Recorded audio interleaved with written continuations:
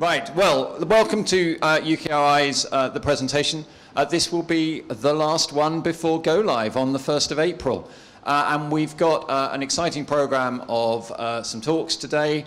So as a reminder, the first slide is always the vision slide, just a reminder of why we're doing this and setting out to be the outstanding organization to ensure that we maintain our world leading position.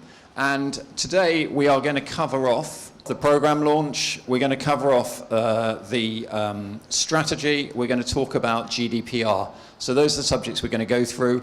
I'm going to start though just with a couple of thoughts on a couple of science things. So the 8th of March was International Women's Day. And that week we ran something online, which is on our website, which is some of the female scientists who have actually had huge contributions to research across the world. Mariki here has just drawn out a couple for me to talk about. The first one, Hedy Lamarr, who was born in Austria. She lived in Austria around the time of the First World War.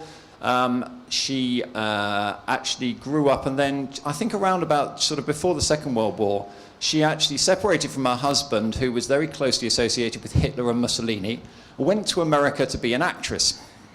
And she got involved in various bits of acting, but she really wanted to be an inventor. And she did invent a torpedo guidance system.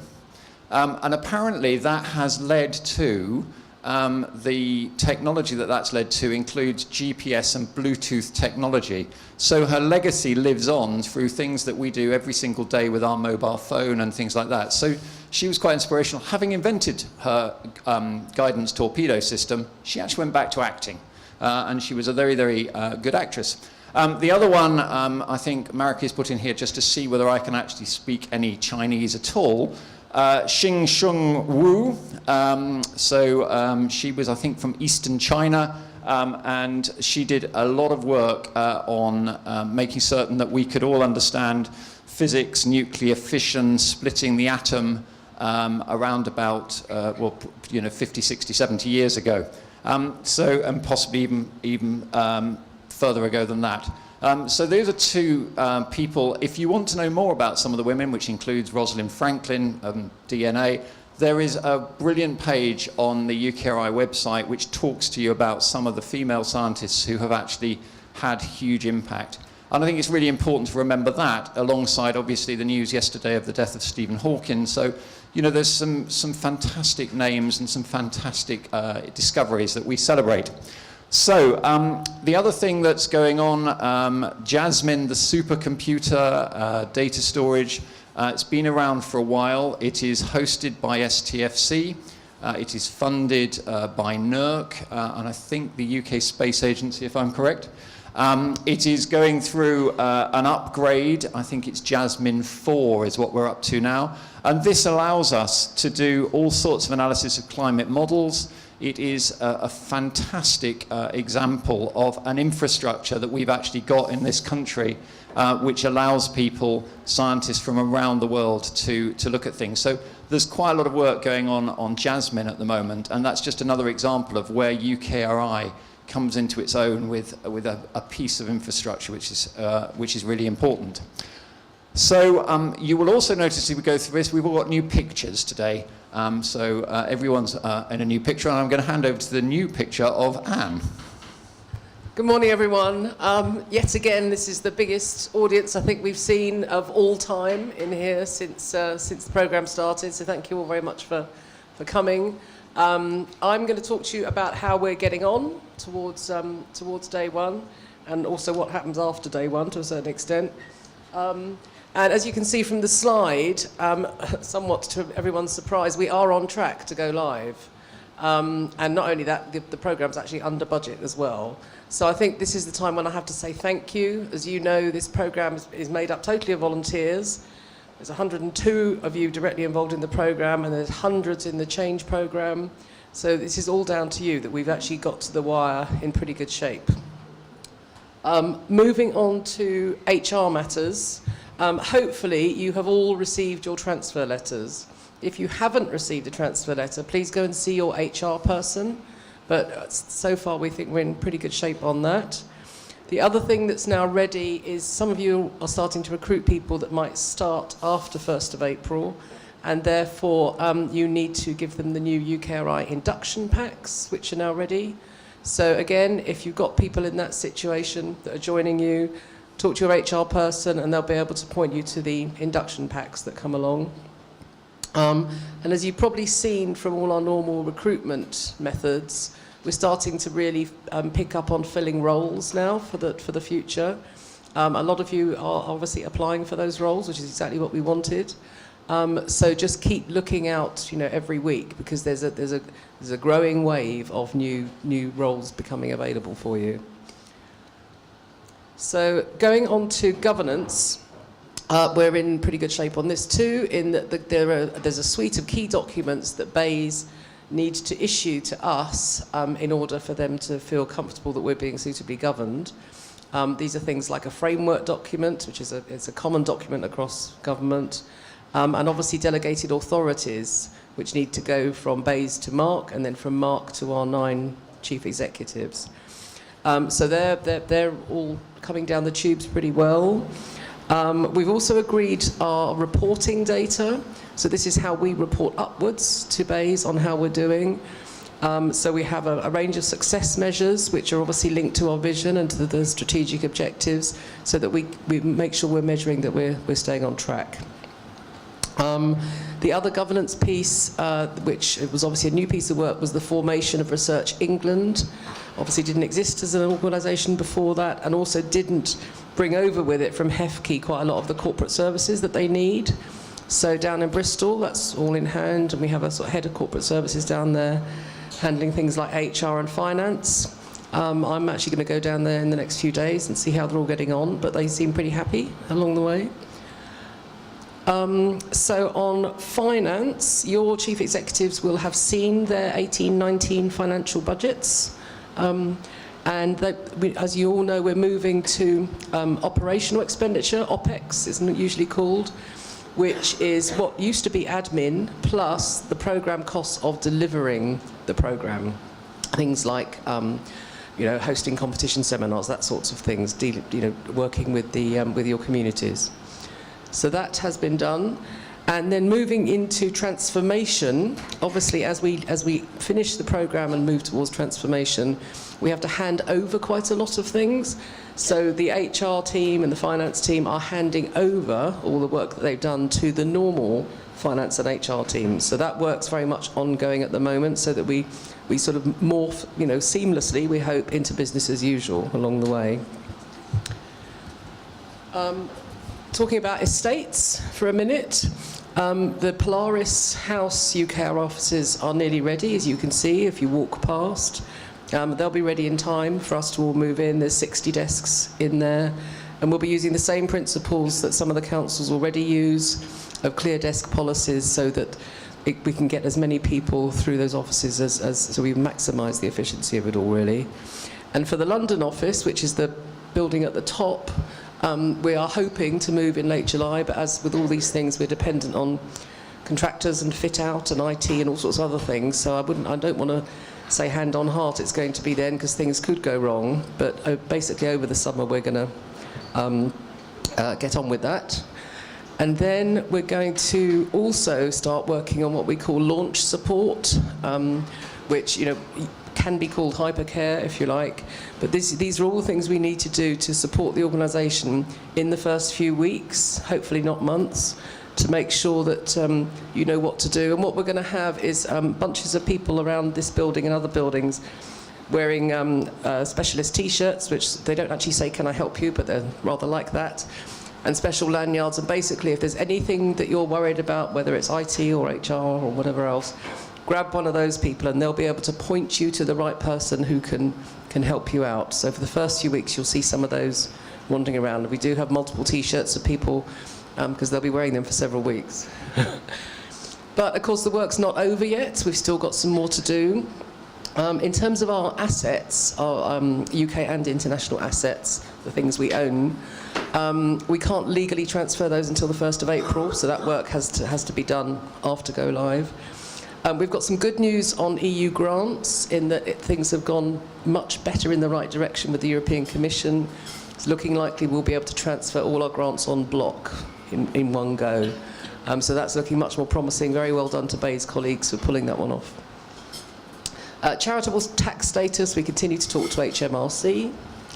And then obviously we've got more business as usual work, so equality, diversity and inclusion work, the 3-year plan. There's quite a lot of work going on behind the scenes on the 3-year plan, and when we can share things with you, we will be sharing them. But as you can imagine, there's a huge amount in it, and we want to get it right, and we also want to pace it so that we don't have bunches of too much work at any one time. So that it's really truly in a planning mode at that point.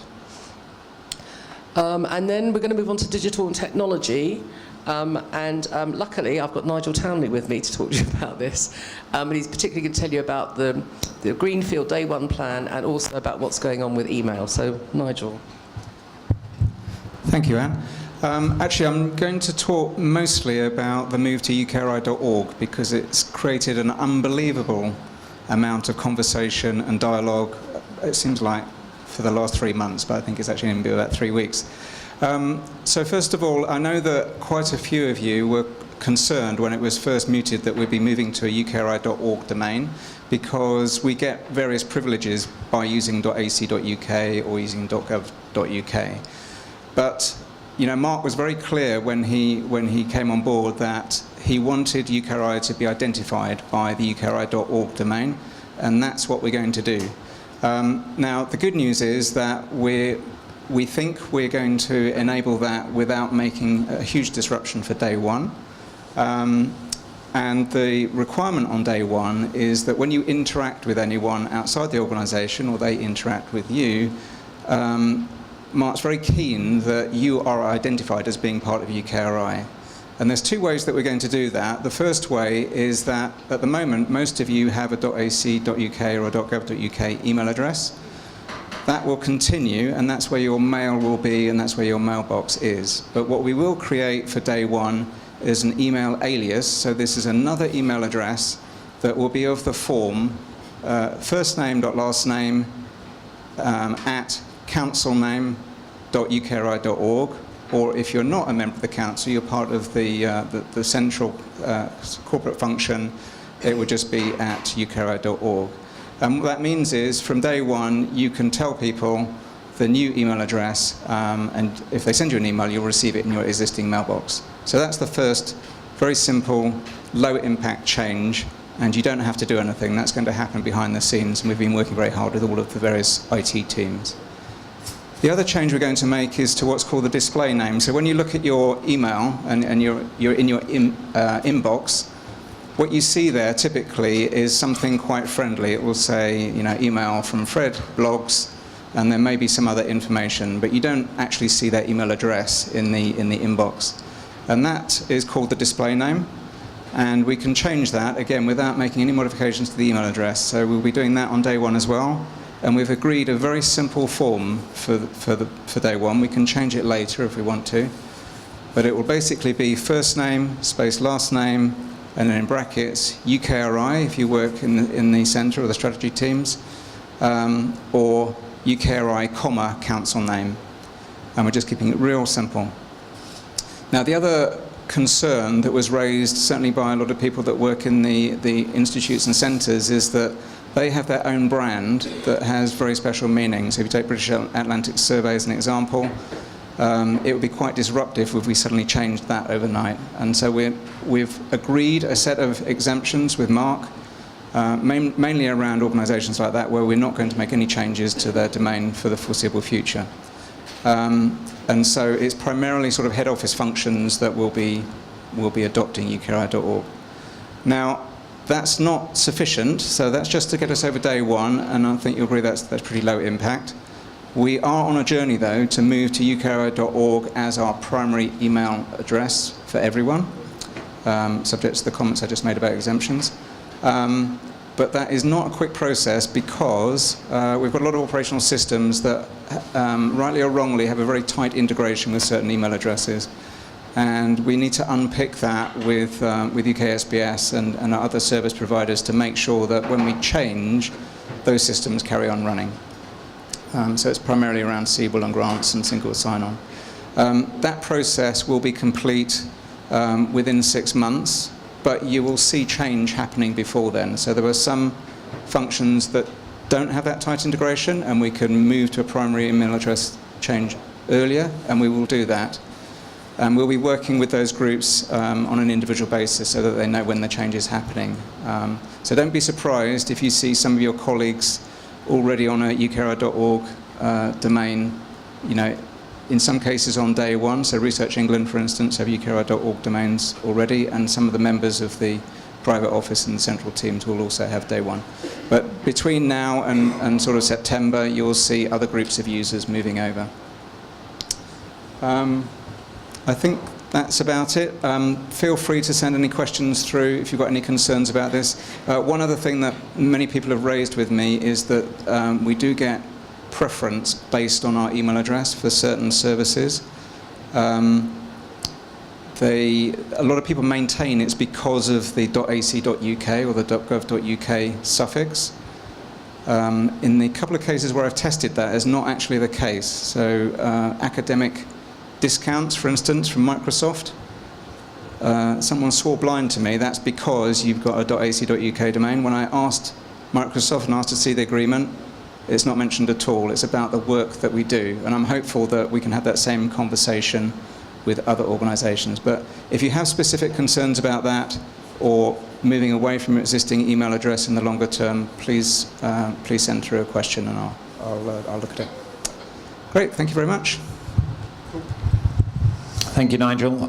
So if you have got questions, we'll have time for questions at the end as well, but do send them in. Right, so very quick canter through what's going to happen the first few weeks post the 1st of April.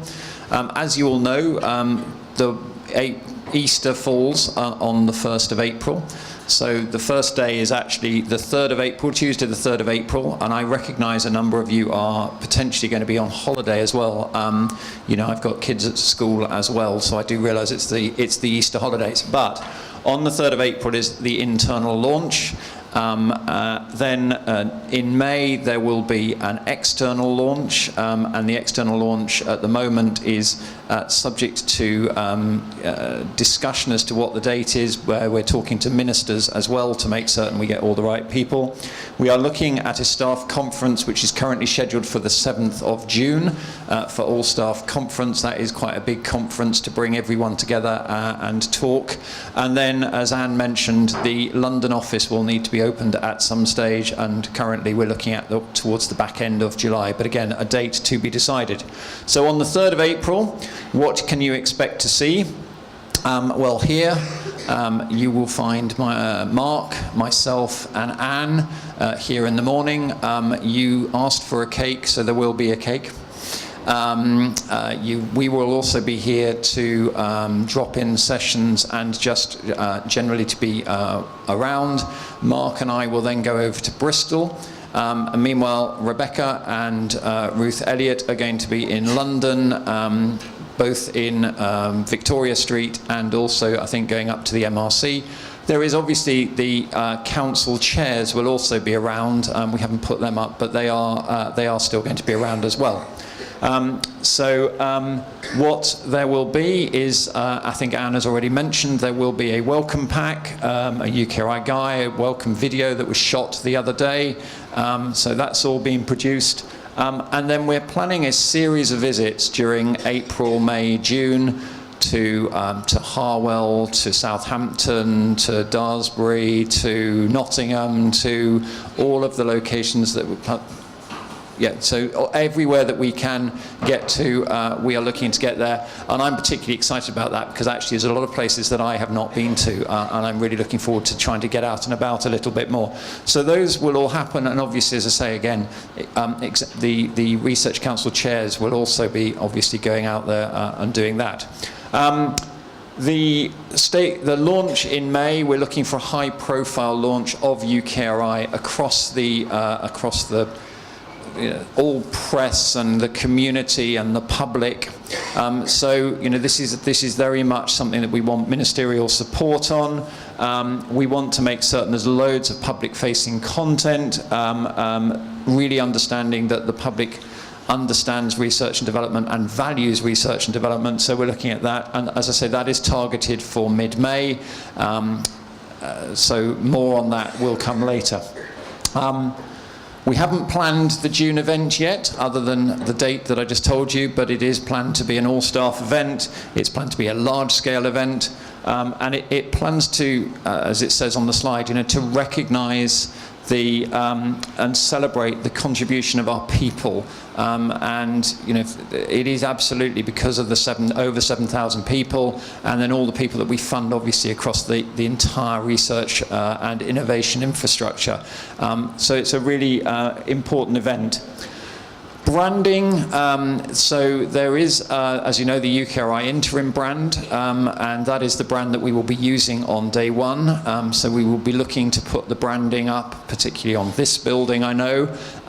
We will be using that branding, as Nigel has just talked about, UKRI brand on our website. There will be guidelines available for the use of that brand, and that will all come, I'm sure, through the comms team. And then we're looking for a long-term UKRI brand, but we're looking to make certain that that's a project that is done, across the councils, across the whole of UKRI. So that will be launched in May with a view to that. So what you can expect to see, say in April, is quite a lot of activity. I'm aiming to be here quite a lot during April as well. So I'm hoping that people will really feel as though there is a bit of a change that happens, obviously, on the 3rd of April. For a number of people, it is sort of business as usual in terms of grants and things like that. But we also want to make certain it's not just business as usual, but we really have the impact of UKRI coming together. So that's what you can expect to see. Again, if there are questions, send them in and do that. I am going to hand over to Rebecca. Hello, everyone. Can you all hear me? I've got a bit of a sore throat, so I'll try and be as clear as I can. So the comms team have done a fantastic job of planning all the launch and getting everything together, but one of the really big important things we're going to do when we launch the organisation publicly in May is to publish our first strategy. Now this is coming together. We're talking to all the councils and everyone who works on the strategy group and to our board about what we should contain in this first strategy, and I'm just going to float some ideas past you at the moment, and we'd be very, very interested in your thoughts and views about what we should contain in that first overarching UK research and innovation strategy. So the first thing is we always have is what you're trying to do. What we're thinking is that we want research and innovation to benefit everybody and to lead the world through knowledge, talent and ideas. And then there's 3 key elements to what we're trying to do. First is world-class knowledge, pushing the frontiers of human endeavour and understanding. That is the bedrock of everything we do, and without that, we cannot create any impact. But we also do want to create impact. We want to deliver economic growth and social prosperity. We've been incredibly lucky in making the case to government and the Treasury that we should get more money. They've given us more money, it's been great, but we do need to deliver on our economic impact. But also we care about society. We care about helping use research and innovation to make people enriched, live longer, healthier lives, to make the environment more resilient and more sustainable, and to build on the cultural capabilities of society as a whole. We think that we've worked, the programme team did some fantastic work developing 4 key values in consultation with you, and we want to use them to also shape not only use them for ourselves, but also shape our external strategy, because we think they're very good. The 4 key values are collaboration. We will only deliver if we work in partnership with everybody in our communities. Innovation. We need to continue to improve. We need to learn from what doesn't work. We need to take risks. We need to be thinking about new ways of doing things. Integrity must underpin everything that we do. It is the reason why our innovation and research system is world-beating, is that everyone trusts it because it's very high quality. And then excellence as well. Without ensuring that we fund the very best research and innovation, we won't generate value for money. So we like those values. You know, they were developed through you and with you in staff groups. Further thoughts about how we best explain those to our community will be really gratefully received. Then, in terms of what our vision looks like, we have our 3 blocks of economy, society and knowledge. Underpinning that, though, we have to create the best possible environment for research and innovation. That's about making sure we have the best infrastructure, and STFC and the new Executive Chair, Mark Thompson, will be leading the work that's been going on in terms of developing the infrastructure roadmap. The system must be trusted and diverse, and we're doing a lot of work thinking about things like open access and making sure that we have the best possible policies there. We need to grow we need to grow talent, which means investing in the pipeline, but also means talking to colleagues across government about the need to make sure that we have the right numbers of people coming into our system with the right sort of skills. You know, increasingly we need more data analysts, we need more technicians, we need more people who can help manage research, and we need to think about the careers both within UK research and innovation but also in the broader community. And then Global Britain, as you know, over the next year there is going to be a lot of work to make sure that as we exit the UK we do it in the best possible way for science and innovation. Ministers are incredibly committed to that. It's something that the board regularly discuss, and it's something we really care about. So we need to make sure that we have in place arrangements for whether we're going to associate to Horizon 2020, etc. But we also need to work with our colleagues across the system on visas and make sure that they actually do work for our people. Next one, public engagement. Something we're all very, very keen to make sure that is absolutely top of UK research and innovation's priorities. We have come to an agreement with our colleagues in BEIS that a lot of the work that they do on public engagement in terms of funding programmes like STEM ambassadors and science centres will actually come over to UK research and innovation. So we will be able to take those programmes, the programmes currently done in Research RC UK, and then think about how do we really get the public informed and excited about what we do. I know that all of you do some incredible work here. We're always open to new ideas and about ways in which we're doing. But I think it's really important that we do explain to people what we are doing, how it will change their lives, and we constantly have to make sure that we are always top of the government's priorities, and part of that is explaining just how important research and innovation is. Next one. When we're writing the strategy, one of the things that we want to do is to look for ways we can capture big ideas for the future. There's some examples here. This came from previous work from some of the research councils about what are the really important things going forward. I mean, obviously things like AI, materials, etc. A lot of this is underpinning what we're doing on the Industrial Strategy Challenge Fund at the moment, but you know, I'd be really interested in your ideas about new technologies, services and opportunities. What are the things that we should highlight? We plan to publish the strategy in mid-May to help launch the organisation, and it will be very high level because that will then kick off a process where each individual council will then work extensively with your community over 2018 in order to produce what the Act describes as strategic delivery plans. We want to give you a fairly long time period to do that because we appreciate that consulting with your communities is absolutely essential. We've been talking about this with the executive chairs and with the strategy subgroup. and that will also get us into a very good place for 2019, when the thing that was likely to happen in 2019 is we can expect the next big spending review. So what we really want to do is to go and get ourselves in an incredibly good position to go into that process. And one of the reasons why we, one of the reasons why we really, really care about that is one of the things that we're working very close with our BEIGS colleagues is the government's commitment to increase spending on R&D to 2.4% by over the next 10 years.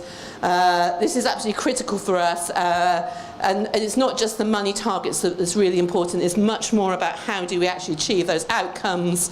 You know, the themes we're working on at the moment as part of the industrial strategy, but also with colleagues all across government, is how do you transform sectors, how do you actually increase the capability of industry to invest in R&D as well as the public sector.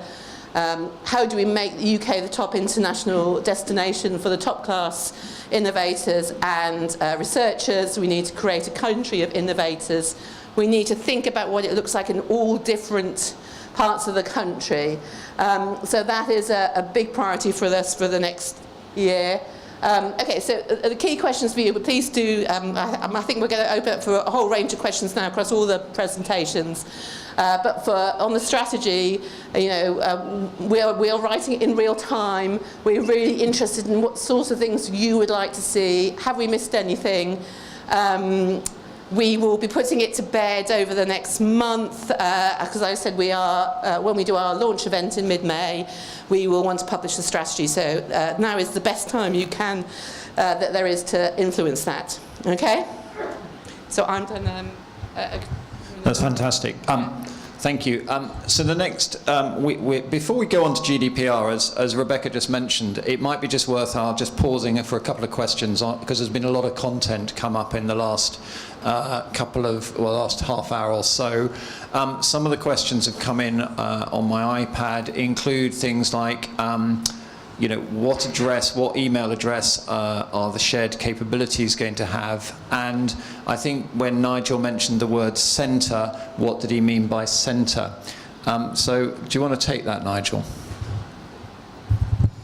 So I'll have to worry a bit about terminology, but by the centre, the easiest way to think about it is if you're in a non-council role, so it might be a shared capability role, something like that, that would move to the centre. Unfortunately, it sort of conjures up a picture of the Death Star to me. It's probably not a good term to use. But anyway, that's what I mean by the centre. And there's a question related to email addresses. So if you're in a shared capability that would not be aligned to a council, then your email address obviously would not have a council. So it would be first name, last name @ukri.org. Are the two questions? Yeah. Thanks, Ian.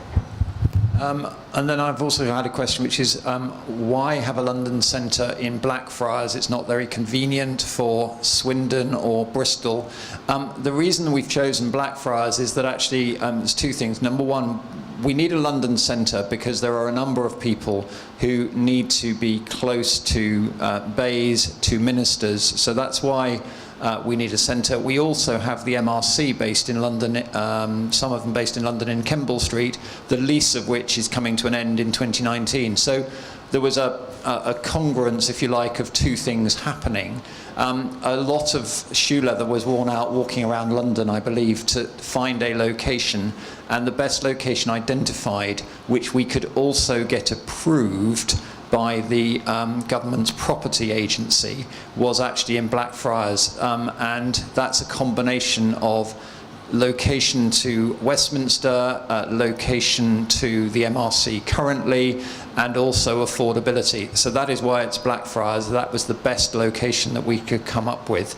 I can assure you somebody did look at a building which was right on Paddington Station, but I know what the rent is on that building, and it wasn't something we were going to get approved. So that's where that is. There's also been a question around, you know, there's no reference to staff in the values. There is lots of reference, I know, in other places to staff. I can assure you staff are absolutely the bedrock of this organisation. And if it's not referenced there, it's because it's referenced elsewhere. But please, you know, you have my assurance that the role of the staff is completely understood and is something that I'm completely passionate about making certain we push forward. So those are coming on Slido. Any questions from the room? And there are mics around. Otherwise, you're going to get GDPR. Yeah. Hi, I just wanted to ask about the shared capabilities, as we haven't heard about them for a while. I mean, not just international, but some of the other ones that were planned. Okay. So we are, so obviously international under Andrew Thompson is a work in progress. We are doing quite a lot of work already on the infrastructure that I think Rebecca mentioned under Brian Bauscher at the moment, and Bryony Butland is doing that work. That was actually launched by the Minister, Minister Gima, in about his 4th or 5th day in office, wasn't it, Rebecca? I think that was launched as being a piece of work that we're doing that will take around about a year to complete, to map the infrastructure that we have in this country of all assets. So it's all the assets, both physical sort of buildings right the way through to collections and all sorts of other assets. There is work that Jennifer Rubin is starting to take up on equality, diversity and inclusion. So she's starting to think about that work and where that moves to. And then David Sweeney is starting to do quite a lot of work on the place agenda. And one of the things we haven't mentioned this morning is, we must remember as well that Northern Ireland, Wales and Scotland are very much within our thinking as well within UKRI. So, we are also, I think I mentioned some places we were going to visit. I didn't mention the fact that we are also going to go up to Scotland. There is a board meeting planned for Scotland, but there are obviously things there. So that's a 4th. So I think what we could do is bring back to you at a future session some more about infrastructure, not about infrastructure, about the shared capabilities. And I'd also love to get the research chair who's looking after each area to come and talk about that. So we'll pick that up as a future thing. But they are underway.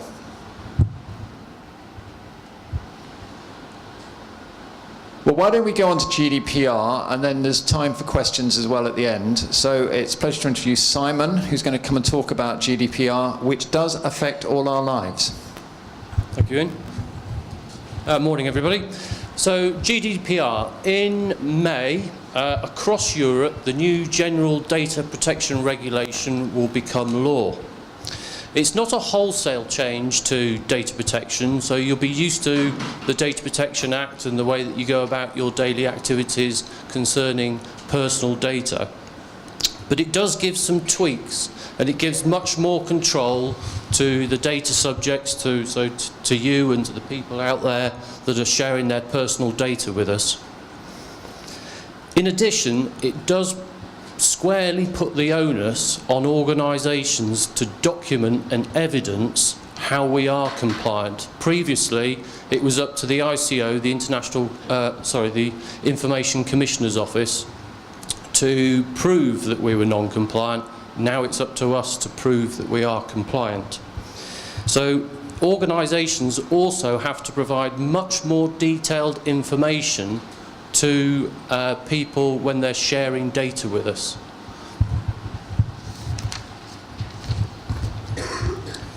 It does mean a big shift towards documenting and risk assessing all our data processing activities. So across the board, within the organisations, we're going to be sending out communications to help you do this. And we do suggest that you start off by listing all your activities that involve personal data. Understand why you're processing the data, and determine how long you need to, what the requirement is for storing the data. And from that, we can help you, and we'll provide guidance for bringing it on into privacy notices and impact assessments. So the new regulation was announced 2 years ago, and in December 2016 a cross-council compliance project was formalised to understand how GDPR would affect the business. Compliance is not just about the 25th of May when it becomes law, it's about an ongoing process, and this is called privacy by design and by default. It's going to take us many months to get through the compliance of all of our activities and systems. But the ICO do recognise this, and this is why it is important that we put plans in place now to show how we're going towards compliance. The project has created various guidance notes, and during the course of the next few months we're going to be sharing those with you to help you do this within your departments.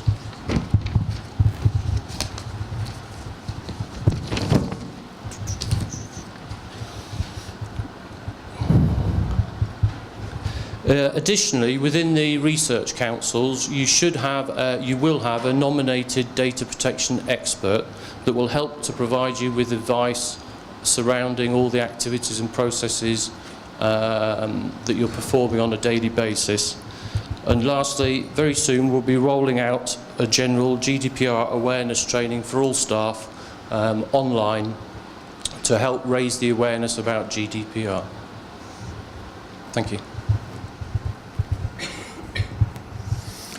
Great, thank you very much. There are a few questions that have come in on things like flexible time, I think flexible working, flexible time, around role matching. I could probably talk for a long time about some of these, but actually I think what we'd rather do is to really come up with a very crisp set of questions and answers for you. More than happy to take questions. But you know, I think there's a number of you who want to know things. So to me, it would be best if we actually produced the Q&As to really answer that. I am very, very aware that actually this change is, you know, it affects all of us, and it is about, you know, I move to a new organisation. How does it affect me?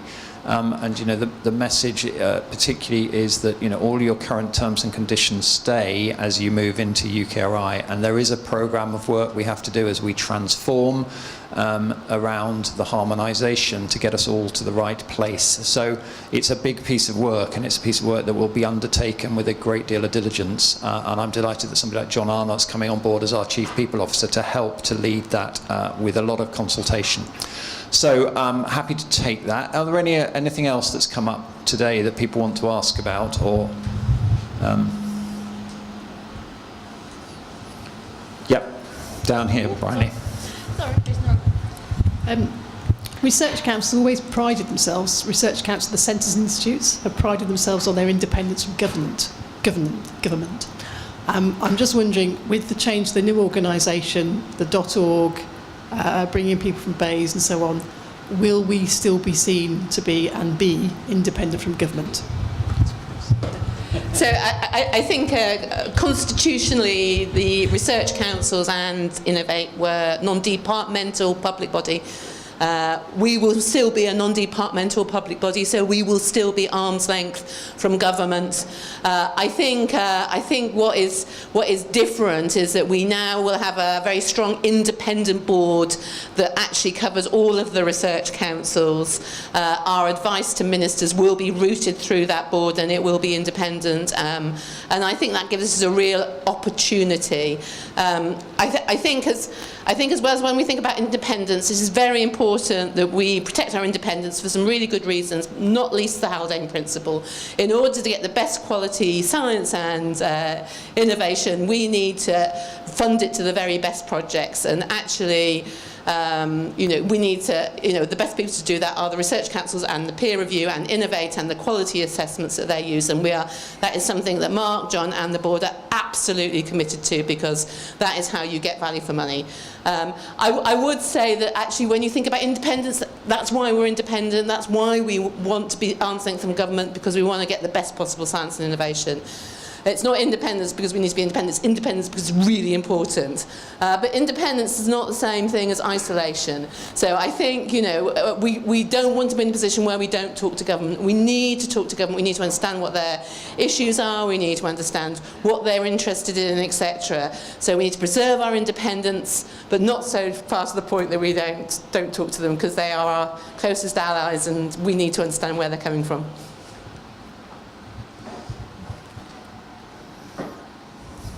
Any others? Good. Well, look, thank you for coming. There's one extra thing to remind you, which is that there is a Pulse survey live at the moment. The closing deadline for that is tomorrow. I think that when Marikian looked at a few days ago, we had about 400 or 500 people had filled it in. I'm sure it's gone up a little bit since then. Hopefully your research council chairs have potentially sent you a little reminder about it. But please do fill it in. It is important to us that we have a really, really good idea of where people feel they are at the moment. So do that. There's a drop-in session to follow this here. I just want to say an enormous thank you to all of you. We are so close to the 1st of April now. There's been a huge amount of work that's been put in, I know, across the board by people who have come specifically to work on the programme, but I also know within individual councils you've been doing work, and it is not unappreciated, I can promise you. So a huge thank you. We will celebrate on the 3rd of April as we launch, because I think this is a really, really big and exciting opportunity that we've been given, and it picks up a number of things that Rebecca's talked about. So please thank you to you. Thank you to all those who are watching on the live stream, because you're just as important as anybody who is standing here today. And thank you, if you can pass a thank you to anyone who wasn't able to get here today. Please, do just cascade down, because I know we can't always get everyone into here, but it is much appreciated from all of us, from the leadership, what you have done. And we look forward to working with you and learning more from you as we go forward. So have a great day, and look forward to seeing you in the UKRI world in a few weeks' time. Thank you.